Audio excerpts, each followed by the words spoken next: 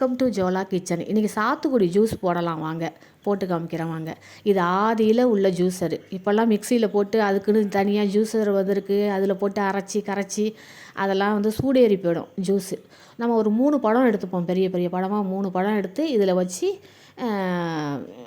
Juice போட்டுக்கலாம். இது நல்லா சூடெல்லாம் ஏறாது, நல்லா நம்ம கையில் புழிஞ்சு கொடுக்குற மாதிரி தான் இருக்கும்.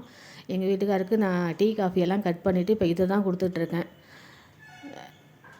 பெரும்பாலும் டீ காஃபி அவர் குடிக்கக்கூடாதுன்ட்டாங்க டாக்டர். அதனால் பெரும்பாலும் அவருக்கு தேவையானதை கவனித்து ஒன்று ஒன்றா, வீட்டோட ஆணி வேறே வீட்டில் உள்ள ஆம்பளைங்க தானே, அதனால் அதை கவனித்து ஒன்று ஒன்றா பக்குவம் பண்ணி கொடுத்துட்ருக்கேன். இப்போ மேலே உள்ள சொலையெல்லாம் அதில் தங்கிடுது பாருங்கள். அதெல்லாம் அந்த ஸ்பூனை வச்சு இப்படி தடவி கொடுத்தோம்னா அது எல்லாமே இந்த ஹோல் வழியாக உள்ளே இறங்கிடும். இது ஒரு 3 பழத்தில் எனக்கு ஒரு 1/4 லிட்டர் ஜூஸ் கிடச்சிது. இப்போ இந்த பாத்திரத்துக்கு மாற்றிப்போம்.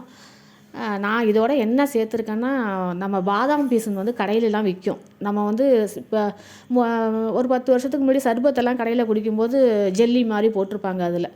அதுதான் இந்த பாதாம் பீஸுன்னு. அதை நான் நாளே ஊற வச்சுருக்கேன்.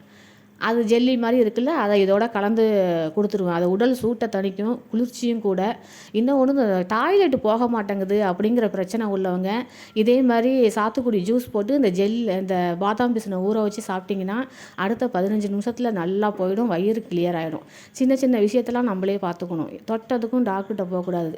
டாக்டர்கிட்ட கேட்காம குடிக்கிறதுக்கு இது ஒன்றும் விஷம் கிடையாது. அதனால் நம்மளே செஞ்சு குடித்தா தப்பும் கிடையாது. இந்த வீடியோ உங்களுக்கு பிடிச்சிருக்கும்னு நினைக்கிறேன். இந்த வீடியோ பிடிச்சிருந்தால் லைக் பண்ணுங்கள், ஷேர் பண்ணுங்கள், சப்ஸ்கிரைப் பண்ணுங்கள். இது மாதிரி சின்ன சின்ன விஷயத்தெல்லாம் நம்ம வீட்டிலையே செஞ்சு பாருங்கள். நன்றி.